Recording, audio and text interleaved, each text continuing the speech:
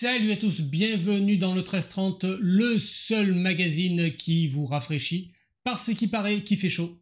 Si vous regardez toutes les informations à la télé, le seul truc qu'ils disent c'est il fait chaud. Voilà, vous êtes informés. Comment ça va Gaël? Est-ce qu'il fait chaud? Ah, il fait plus que chaud, et sinon ça C'est- va bien.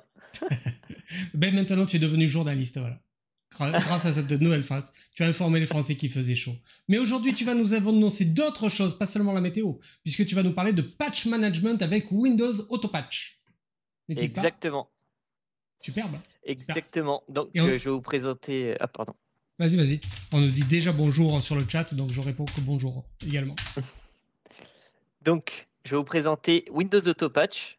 Alors, en plusieurs points, sinon c'est pas marrant. Donc, Allez. dans un premier temps, on va voir pourquoi repenser tout ce qui va être gestion de mise à jour, Mhm. pourquoi il existe d'autres manières de gérer tout ça. Qu'est-ce que Windows Auto Patch? Parce que c'est un peu le sujet. Comment fonctionnent les update rings gérés par Microsoft? On va voir ça par la suite. Ensuite, on va faire une comparaison de Windows Update for Business et Autopatch. Mhm.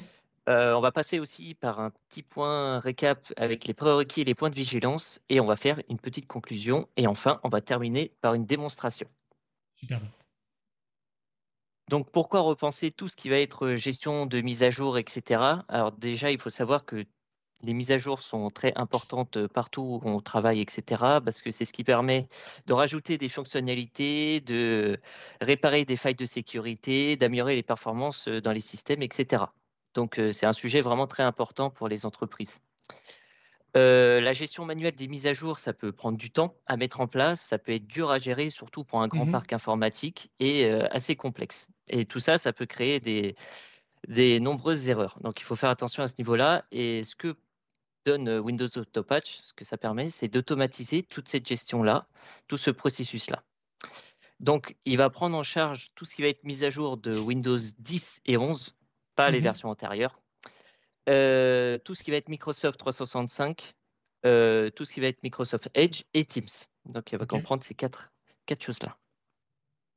Ensuite, qu'est-ce que Windows Autopatch? Windows Autopatch, c'est un service cloud qui est géré par Microsoft et fourni par Microsoft. Donc, c'est exclusivement sur le cloud, pas d'autres solutions. Mhm. Ça va permettre de réduire tout ce qui va être charge de travail des équipes IT une fois que ça sera mis en place, parce que ça va être en majoritairement Microsoft qui va gérer le reste. On va voir ça plus tard.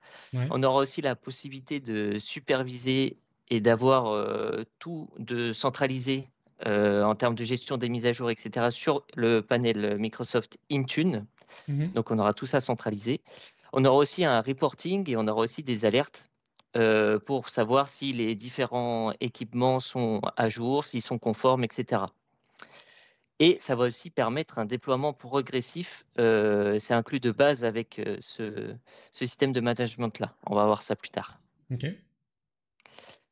Alors, comment fonctionnent les update rings? Donc, c'est ce qui va permettre de superviser tout ce qui va être gestion des mises à jour et de personnaliser vraiment le déploiement des mises à jour selon les devices.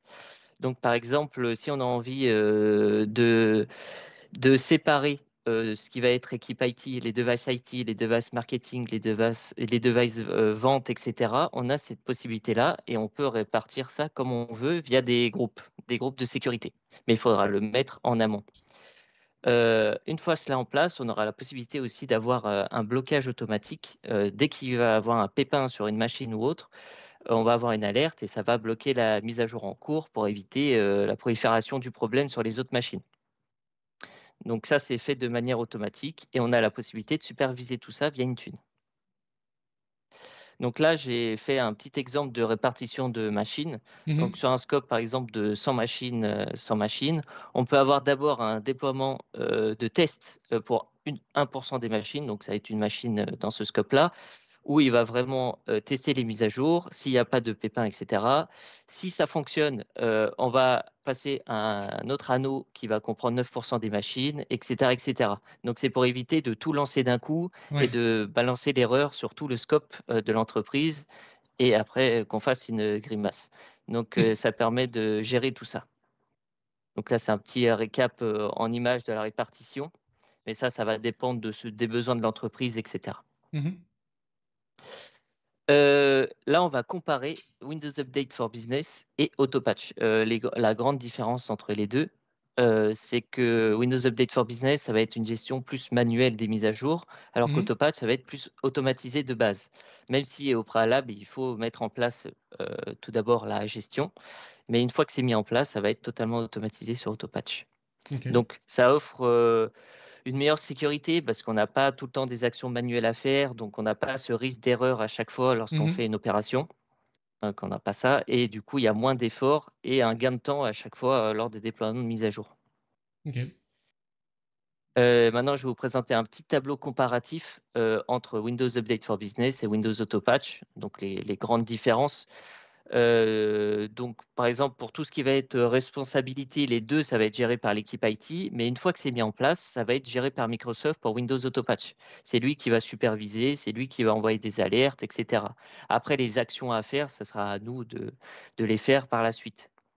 Tout ce qui est automatisation, on en a déjà parlé, mais sur Windows Update for Business, elle est plus ou moins partielle, dépendamment de comment on va configurer le scope, donc sur Intune, via les GPO, etc. On a cette possibilité-là, alors que Windows Autopatch, elle est directement mise en place, elle est directement complète, et elle est organisée directement par Microsoft. C'est lui qui va gérer tout le reste une fois le déploiement réalisé. Mhm. Tout ce qui va être déploiement progressif, on a la possibilité de le faire via Windows Update for Business, mais c'est à configurer. C'est à configurer comme on le souhaite, alors que Windows Autopatch est directement intégré avec les rings, qu'on va voir plus tard dans la démonstration. Ok. Tout ce qui va être supervision et reporting, on va pouvoir le mettre en place sur Windows Update for Business via Intune ou via des outils tiers qu'on va pouvoir rajouter, etc., pour avoir une meilleure visibilité, etc. Alors que Windows Autopatch, en fait, c'est directement intégré dans ses propres services, les services de Microsoft, et on a des tableaux de bord directement générés par Intune. Là où la partie va être intéressante, c'est la réactivité. La réactivité avec Windows Update for Business, ça va être plus dépendamment de l'équipe IT, dépendamment de l'outil de supervision qu'on va avoir, si on Ouais. voit l'alerte assez rapidement, etc. Alors que pour Microsoft, en fait, il va suspendre automatiquement dès qu'il va voir une erreur au niveau de la mise à jour, etc. Donc, on n'a Mhm. pas à s'inquiéter qu'une mauvaise mise à jour passe, etc. Le seul risque, c'est si une mise à jour est conforme de Microsoft, ça va être déployé, mais par la suite, on va découvrir des failles de sécurité. Alors là, ce sera plus compliqué, mais on aura la possibilité sur Windows Autopatch de désinstaller la mise à jour qui a été faite. Ok. Pour tout ce qui est mise à jour, du coup, Windows Update for Business va se concentrer uniquement sur Windows, alors que Autopatch va avoir le package que je vous ai présenté au préalable, donc Mhm. Windows, Microsoft Apps, Edge et Teams. Et ce qui va aussi différencier, ça va être les licences nécessaires pour l'un comme pour l'autre. Windows Autopatch, il va falloir des licences un peu plus élevées, du coup un peu plus coûteuses. Donc on va voir ça dans la partie d'après. Ok. Donc là, on va parler de prérequis, donc comment avoir la possibilité de mettre en place Microsoft Autopatch. Donc on doit avoir les licences compatibles. Donc les licences compatibles sont Microsoft 365 Business Premium. Alors ça a été rajouté il n'y a pas si longtemps. Mhm. Windows Education A3 ou A5 et Windows Enterprise E3 ou E5. Alors il faut savoir, on va le voir un peu plus tard, mais le prix en moyenne que peut coûter ce genre de licence pour un utilisateur dans l'entreprise, ça peut être aux alentours de 20 euros. D'accord. Voilà, donc Par quoi? ça a un coût. Par mois? Par utilisateur, par mois. Ouais, Ok. c'est ça. Donc, il y a aussi d'autres prérequis, c'est que l'utilisateur doit être présent sur Intra-ID. S'il est présent sur un serveur on-prime, ça ne va pas fonctionner. Il faut vraiment qu'il soit lié à Intra-ID et Mhm. le poste doit être enrôlé sur Microsoft Intune. Donc pareil, s'il est présent que sur on-prime, ça ne va pas marcher. Donc ça, il Ok. faut l'avoir en tête. Et du coup, tout ce qui va être point de vigilance, ça va être majoritairement la personnalisation, tout ce qui va être granularité, etc.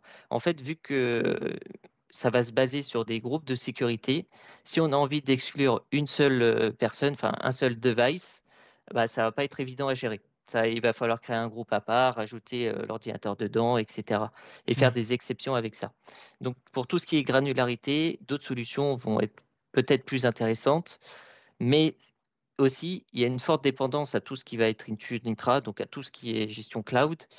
Et il faut faire attention aussi que les groupes soient bien mis en place dès le départ Ouais. sur le scope, parce que si s'il y a des machines qui ne sont pas présentes dans un groupe, etc., certaines machines peuvent ne pas rentrer dans le scope et du coup ne pas être mis à jour, etc. par la suite. Donc il faut faire attention à ça. Donc en conclusion, Windows Auto Patch va permettre de déléguer pas mal de gestion, tout ce qui est mise à jour. Donc Mhm. il va gérer de son côté tout ce qui est blocage, mise à jour, etc. Selon comment on va le configurer. Ça va avoir une augmentation de la sécurité au niveau de la productivité. Donc, il fera plus attention. Réduction des risques aussi liés aux mises à jour. Donc, s'il y a une mise à jour où il va y avoir un pépin, il va le voir et du coup, ça va s'arrêter là.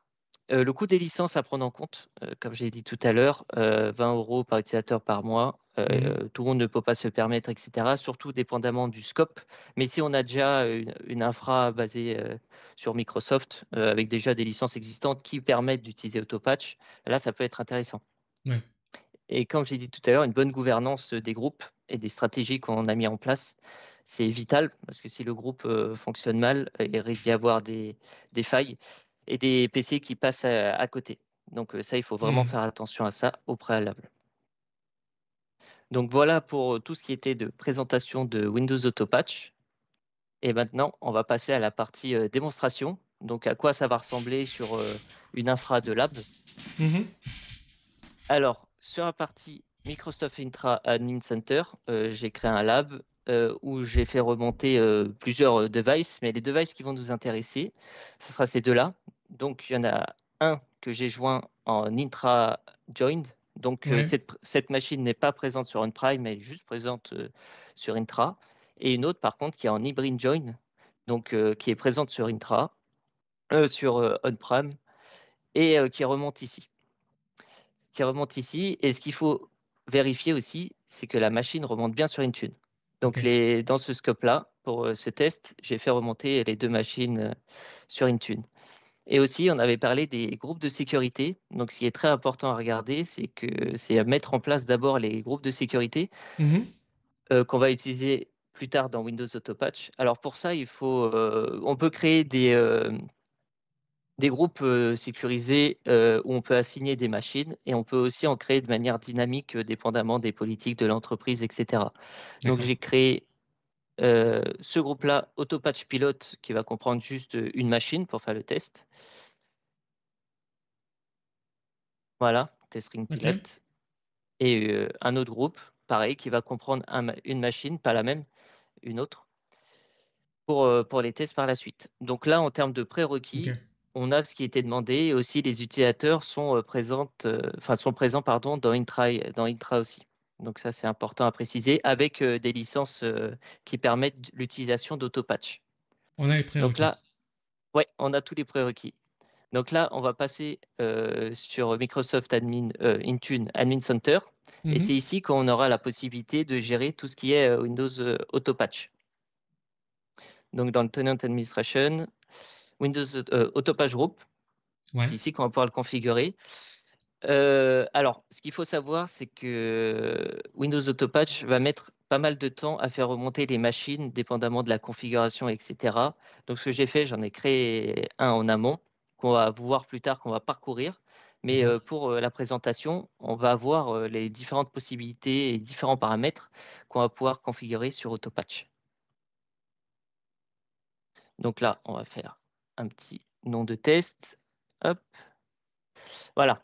Ici, Deployment Rings, c'est là où on va pouvoir choisir combien d'anneaux on va vouloir organiser au sein de l'entreprise.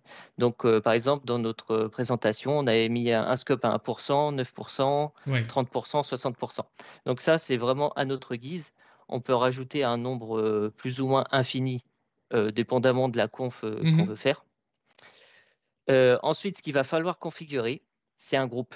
Donc, c'est les groupes du prérequis qu'on a créé au préalable. Par exemple, pour la phase de test, on va rajouter autopilote test, donc le groupe qu'on a rajouté au préalable. Alors là, ici, je l'ai Dans déjà un autre rajouté truc. dans ma phase de test. Du coup, on ne va pas pouvoir le sélectionner. Mais par exemple, on peut prendre d'autres groupes, par exemple le groupe design. Hop. Et pour la fin, on va prendre un autre groupe. Là, on va mettre par exemple la finance. Par exemple, on veut d'abord que soit dans une phase de test pour un certain groupe de machines. Et à la Mhm. fin, pour les machines les plus tatillons, où il faut faire le plus attention, on va le mettre à la fin logiquement. Ok.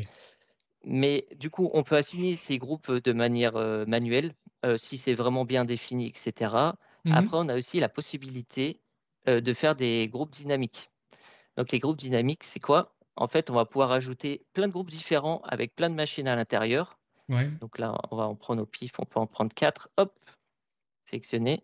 Donc tout ça, ça va comprendre à peu près 100% du scope. 100% du scope qu'il va falloir répartir de notre côté D'accord. sur les rings qu'on a créés. Mhm. Donc par exemple, sur ces 4 groupes, on veut que 20% soit déployé ici. Donc on peut mettre 20% et tout le reste, ça soit déployé après. Donc en fait, ça Ok. va permettre de choisir des machines de manière dynamique dans le scope qu'on lui a proposé, dépendamment des pourcentages qu'on a attribués en dessous. Et ces machines-là sont toujours dans le même ring ou elles vont d'un déploiement à l'autre pour aller pour passer du 20% au 80%? C'est ce que je veux dire? C'est toujours les mêmes Euh, qui sont dans le 20%? Alors, ce sera toujours les mêmes qui vont être présentes une fois qu'elles seront sélectionnées. Mais par exemple, D'accord. si on crée une nouvelle règle autopatch, un nouveau groupe autopatch, où on reprend les mêmes groupes avec les Mhm. 20%, 80%, là, par contre, ça peut changer. D'accord, je vois. Par contre, sur ce scope présent, là, si je valide, là, ça sera exclusivement les 20% et ça ne va Ok. pas bouger, et les 80%, ça ne va pas bouger. Donc voilà, on peut faire Next. Hop, ici, on va choisir les types de mise à jour qu'on va vouloir. On n'est pas obligé de tout sélectionner. Donc, Mhm. c'est à notre guise. Donc, Edge, comme on a vu, les apps 365, tout ce qui va être. Bon, les qualités update, c'est obligatoire. Oui. Tout ce qui va être les features et le driver. Donc, on va tout sélectionner. Hop. Et c'est ici qu'on va pouvoir personnaliser vraiment tout ce qui va être gestion des mises à jour. Donc, ici, Ok. tout ce qui va être features, on va pouvoir choisir la version qu'on veut sur tous les postes. La version qu'on va vouloir, par exemple, ici, on peut mettre la dernière version de Windows 11, donc la 24H2, Mhm. qu'on va vouloir. Vraiment, ça va être la target, ça va être la cible que les utilisateurs, qu'on ait envie que les utilisateurs aient sur leur machine, s'ils ont D'accord. la possibilité d'avoir Windows 11. Et ce qui est marqué ici, c'est que si la machine ne peut pas accéder à Windows 11 parce que les politiques d'entreprise, parce que le device ne le permet pas, etc., on peut cocher cette case pour permettre d'avoir la dernière mise à jour de Windows 10. Ok. Donc, si on a un parc avec, par exemple, des Windows 10, des Windows 11 ou un peu de tout, on a la possibilité d'agir là-dessus sur tous les devices. Tout ce qui va être driver, on aura la possibilité d'agir dessus de manière granulaire aussi. Donc, Mhm. par exemple, dépendamment des rings qu'on va sélectionner, on veut mettre que c'est approuvé de manière automatique, ou bien non, pour ce scope-là, qui est un peu plus tricky, on va vouloir que ça soit approuvé de manière manuelle D'accord. par l'utilisateur. Donc, on a cette possibilité-là. Pour tout ce qui va être apps, ça va être géré de manière automatique. On n'aura pas la main dessus. Ça va être Autopatch qui va gérer. Et tout ce qui va être Edge, ça va être aussi, on va pouvoir gérer ça aussi de manière granulaire. Donc, par exemple, on a la possibilité d'avoir deux choses. Donc, la version bêta et la version stable. Mhm. Par exemple, pour le groupe de test, on peut dire qu'on lui attribue la version bêta parce qu'il y a moins de risques et c'est eux qui vont faire la phase de test. Donc, on Ouais. peut lui permettre de donner ça. Et après, pour le reste, par contre, on veut que des versions stables. Mais tous ces paramètres, on va pouvoir gérer dépendamment des besoins de l'entreprise et de ce qu'on veut mettre en place. Et ensuite, la partie où il va y avoir plus de personnalisation possible, c'est sur les délais de déploiement des différents patchs, etc. Mhm. Ici, pour tout ce qui va être Windows Update sur les différents rings, on peut lui dire de, hop, de lancer automatiquement d'installer automatiquement les mises à jour et de redémarrer l'ordinateur. Donc, ça veut Ok. dire que dès qu'il va y avoir une mise à jour disponible, donc là, par exemple, on a visé la 24H2, dès que ça sera disponible dans le scope, il va l'installer automatiquement et il va avoir besoin d'un redémarrage. Si on a envie de faire ça de manière plus propre sur les différents scopes, ou du moins pour les derniers scopes, on a la Mhm. possibilité de mettre en place cela via un calendrier. En fait, on va pouvoir Mhm. sélectionner une date précise, une heure précise, et ensuite possiblement envoyer une com, un mail en disant attention, votre device va être mis à jour à cette date-là, Ouais. à cette heure-là, de manière précise pour éviter d'interférer dans la production. Donc, on a cette possibilité-là. En termes de notification aussi, on a la possibilité d'avertir l'utilisateur pour qu'il ait une notification, par exemple si on n'envoie pas de com, etc. On peut carrément désactiver tout ce qui va être notification et aussi désactiver le fait d'avoir un Ah warning oui. en disant attention, votre PC va redémarrer. Donc C'est ça peut ça. être la surprise si on a envie de faire des crasses, mais c'est pas recommandé. Donc on a la possibilité de gérer tout ça ici. Pour n'importe quel ring aussi, de manière Mhm. granulaire. Tout ce qui va être Quality and Driver Update, là, on va voir des jours apparaître. Là, alors, les jours ici vont être importants. Hop, toc, toc, toc, toc, toc. Donc, ici, ça va indiquer, dès que la mise à jour sera disponible, ça va installer la mise à jour directement. Ok. Ça va lui permettre, enfin, il va pouvoir l'installer directement. Voilà. Et ensuite, il aura un jour pour faire cette mise à jour. Si D'accord. l'utilisateur n'a pas poussé cette mise à jour de manière manuelle, il n'a pas accepté ou quoi que ce soit, il aura, là, ici, ça sera 0 jour de grace période. En gros, s'il n'a pas accepté au bout d'un jour, ça va lui pousser automatiquement par la suite. Ok. Par exemple, si on prend le dernier, ou l'avant-dernier sera plus parlant, ici, ça va lui proposer la mise à jour au bout de 5 jours, Mhm. qu'on voit ici. Il aura 3 jours pour l'installer. Si dans les 3 jours, il ne l'a pas installé, il aura encore 2 jours de sursis Ouais. pour pouvoir l'installer par la suite. Sinon, ça va l'installer de force. Donc, c'est pour éviter que s'il y a des personnes qui n'arrêtent pas de retarder un peu les mises à jour, etc., Mhm. qui passent à la trappe pendant X mois, là, en fait, ça va lui forcer vraiment les updates à un bout d'un moment, même s'ils insistent. Tout ce qui va être feature, ça va être la même manière, sauf qu'il n'y aura pas de grace period. Donc, une fois que la deadline est dépassée, ça va lui forcer la mise à jour. Ok. Et pareil pour les apps 365. Alors, il faut savoir que pour les apps 365 aussi, il va falloir faire attention parce que les mises à jour ne vont pas pouvoir être faites si il y a des apps 365 Ouais. Ils sont qui ouvertes. tournent en fond. Ouais, c'est ça. Donc, il faut faire attention, par exemple, au PowerPoint, pour Teams, etc. Il faut faire attention à ce Mhm. niveau-là. Voilà. Donc, voilà pour toutes les possibilités qu'on a en termes de configuration. Donc, on voit qu'on a pas mal de personnalisation possible. Mhm. Et puis, ce qui est bien, c'est qu'on peut vraiment faire ça de manière granulaire. Donc, vraiment sur les différents rings qu'on va vouloir déployer. On va pas valider ici parce que sinon, ça va recréer des groupes, etc. Et pour la gestion, et de toute manière, dans les groupes qu'on a sélectionnés, on n'avait pas de device. Donc là, c'était juste pour l'exemple. Donc, on va Oui. revenir en arrière. Hop. Et on va repartir sur le scope que j'ai créé. Hop là. Donc, j'ai créé que 2 rings de base, Mhm. donc le test et le last. Sur chacun des groupes, on voit qu'ici, qu'il y a à peu près un device. Donc, c'est le cas. Il y a absolument un device. En termes de configuration, j'ai fait un truc assez lambda. Ce qui est important, c'est de voir ensuite les remontées sur Intune. Donc, on a Oui. la possibilité de voir les avancements, etc. Alors, je l'ai dit au début, mais ce qui est important de savoir, c'est que ça met vraiment beaucoup de temps à remonter. Ça peut mettre jusqu'à 72 heures une fois que la configuration est faite Ah oui. et que la liaison est en cours entre le device et Intune. Donc, quand ils sont en train de communiquer, ça peut prendre pas mal de temps. Donc, ici, on voit qu'avec les groupes auto-patch, j'ai 2 devices qui remontent, Mhm. donc qui fonctionnent.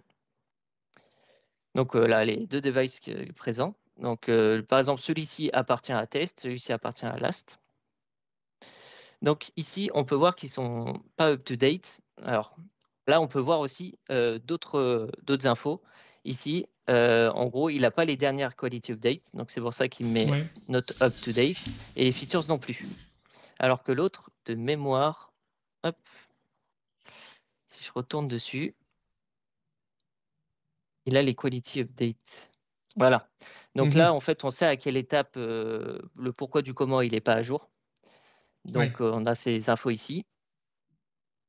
Voilà. Les devices, on va pouvoir les retrouver aussi ici, Windows Update. Et là, ce sera plus parlant. Là, ce sont les dernières versions qui sont en cours de déploiement sur les différents postes, donc la feature et la quality. Mhm. On voit que le feature, il a été déployé sur aucun des deux postes pour le moment. Donc, on va pouvoir voir ici que c'est en progress, mais que ça n'a pas encore déployé. Il voit qu'il y a 2 PC qui sont concernés par ça, mais Ouais. c'est pas encore déployé, mais c'est en cours. Mhm. Donc, on a des infos comme ça. Ici, on va voir le déploiement selon les rings qu'on a déployés. Hop, et là, on va voir pour les quality, on voit que c'est en running pour les deux. Les Mhm. features, pareil, donc on voit que ça fonctionne. Si on a un pépin et si on a envie d'arrêter tout ça, on a la possibilité de le faire que sur un ring. Donc c'est pour ça que je parlais de granularité auparavant. Si on a Mhm. envie de l'arrêter sur un poste, ça ne sera pas possible. Mais si on a envie de l'arrêter directement au niveau de l'anneau, là, c'est possible. On a la possibilité de faire pause pour les quality updates ou pour les Ouais. features. Et on a D'accord. aussi la possibilité de désinstaller si on regrette ou si on découvre que sur une quality update, il y a des grosses failles de sécurité. On a la Mhm. possibilité de le faire ici. On a la possibilité de le faire ici. Si on rentre dans les détails, on peut avoir d'autres infos. Ici, on voit que ça a réussi pour 2 devices. Hop, si on va sur l'autre, on va voir que ça a réussi pour un device. Donc, on peut voir le report. Voilà, on voit que celui-ci, il a un statut success. Et si on clique ici, hop, on a les différents statuts. Donc ici, on voit que c'est success de partout. C'est-à-dire qu'il il communique bien, il renvoie bien les informations sur ses drivers, sur l'update qu'il a actuellement, etc. Donc il Mhm. communique bien avec Autopatch. Pour les features, ça va être la même chose. On va avoir la possibilité de voir tout ça. Quality Update. Alors ici, on a la possibilité, de base, il n'y a rien qui est configuré, mais la possibilité de créer une règle là-dessus. Hop, on va voir ça de suite. Qui est assez intéressante. En fait, ça va permettre de faire les Quality Updates en mode hot patch. Hot patch, ça veut dire quoi? En gros, ça va être de faire les mises à jour à chaud. Et en fait, ce qui veut dire que le PC ne sera pas obligé de redémarrer Mhm. Très bien. pour mettre à jour pour tout ce qui va être quality update. Alors, il faut faire attention, ça ne va pas comprendre toutes les mises à jour. Ça ne va pas comprendre toutes les mises à jour. Les plus grosses mises à jour, par exemple, les grosses mises à jour de système, etc., ça, effectivement, on n'aura pas le choix que de passer par un Mhm. redémarrage. Mais pour d'autres mises à jour, ils vont passer par le hot patch et ils vont pouvoir mettre à jour automatiquement sans qu'il y ait de pépins par la suite, sans qu'il y ait de redémarrage nécessaire. Pareil pour les drivers update, etc. On aura aussi la possibilité d'avoir d'autres infos dans les reports. Hop, ici, dans le panel Windows Auto Patch. Mhm. Là, ça sera plus parlant avec des graphes, donc comme on va le voir ici. Donc en RAW, ça va être le device count, donc le nombre de devices Oui. qu'on a sur le scope. 2. Up to date, on voit qu'on a un device et un qui n'est pas encore up to date, du coup, il y en a un aussi. Du coup, dépendamment de la taille des scopes, on va avoir des informations différentes, etc. Ça sera plus parlant, etc. Mais là, dans mon cas, où il n'y a que 2 machines, bon, il n'y a Oui, pas c'est sûr. grand-chose. Mais j'ai pensé à ça et c'est pour ça que j'ai trouvé quelques screens qui vont être un peu plus parlants. On aura la Superbe. possibilité de se rendre compte un peu plus de qu'est-ce que ça donne sur un scope de plusieurs devices. Mhm. Donc ici, en fait, il y a pas mal de codes couleurs. On va savoir rapidement, de manière très parlante, combien de devices il y a, combien de devices est up-to-date, enfin à jour, où il y a des soucis, etc. Donc on a la possibilité de voir tout ça, ou aussi de manière graphique. Ouais. Et après, on va pouvoir cliquer dessus, creuser, et après pouvoir retrouver les devices qui ont des problèmes et pouvoir gérer de manière manuelle ensuite Mhm. ce genre de choses. Ouais, c'est très bien. C'est ça. Et en termes de notifications que les utilisateurs vont avoir lorsqu'on va mettre ça en place, ça va ressembler à ça, hein. C'est le Windows Update Ouais. qui va venir vers nous en disant attention, votre organisation a demandé à ce qu'il y ait un redémarrage à cette date-là, etc. Mhm. Donc voilà pour tout ce qui est organisation de tout ça et gestion des logs et des dashboards. Ok. C'est bon pour toi? Ouais, c'est tout bon pour moi. Superbe, tu arrives pile à l'heure et 13h59, qu'est-ce qu'il est fort. Il est fort. Et tout ça en nous ayant fait quand même le petit point météo de canicule juste avant. Bravo, c'était drôlement intéressant. Vous voulez savoir ce qu'on va avoir la semaine prochaine, moi aussi. C'est pour ça que je le regarde sur mon calendrier. Alors attendez, parce qu'il est un peu fatigué. Voilà. Alors, ça va être quelque chose de tout à fait différent, puisque nous allons construire une ROM Android. Ce sera le deuxième épisode avec Rémi Plantade. Voilà. La suite de notre précédente restreinte sur le sujet, construire une ROM Android. Soyez là mercredi 9 à 13h30. Merci beaucoup Gaël, c'était bien cool. Merci à toi. Bien cool, j'ai bien aimé l'outil, c'était bien. Merci, hein. C'est vrai que l'outil est pas mal. Allez, à bientôt les amis, salut. Salut.